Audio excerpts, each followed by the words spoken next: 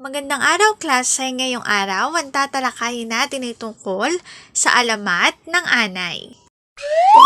Magbasa, makinig, matuto at magsaya. Ako si Binibining Menya. Handa na ba kayo? Tara na, umpisa na nating isa-isahin at pirapirasuhin ang mga detalyeng nakapaloob dito. Katulad ng binanggit ko kanina, ang ating talakayan ay ikot lamang sa alamat ng anay. Bago tayo dumako sa mismong talakayan natin ngayong araw, alamin muna natin kung ano nga ba ang tinatawag na anay.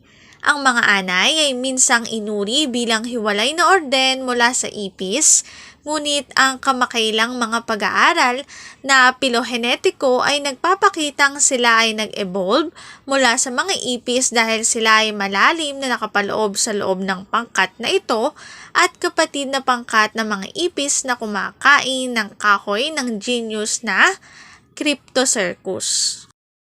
Si Ranay ay isang matakaw na batang nakatira sa mahirap na bayan ng Santo Cristo sa may norte. Bagamat naghihirap ay alaga siya ng ama't ina sa masasarap na pagkain. Nag-iisa kasing anak si Ranay. Inakala nga noon ng mga magulang na hindi na magkakaanak dahil matanda na ang kanyang ina pero isinilang pa rin siya.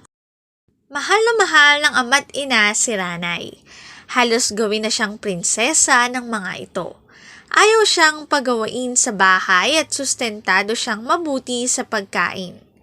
Lumaki si Ranay na ang trabaho ay kumain at ang libangan ay kumain pa rin.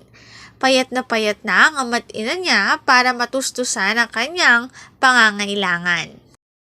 Dumating ang hindi inaasahan ni Ranay.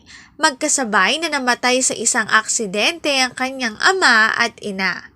Dahil ang alam lang ay kumain, hindi alam ni Ranay kung paano mabuhay na siya ang kikilos at magtatrabaho. Hindi nagtagal ay namayat siya at namatay. Matagal nang patay si Ranay ng isang araw ay mapansin ng dating kapitbahay na babagsak ang kanilang bahay. Nang suriin nila ito ay nakita ang isang insektong kumakain ng kahoy. Naalala nila si Ranay. Marahil nila ay ito si Ranay. Tinawag nilang Ranay ang insekto na katagalan ay naging anay. Ang link na ito ang aking source sa mga written information na makikita nyo sa bawat slides. Kung interesado kayo na magbasa pa, maaari nyong bisitahin ang website na ito. Ang alamat ng anay. Dito na nagtatapos ang ating talakayan. Sana ay marami kayong natutuhan. Paalam!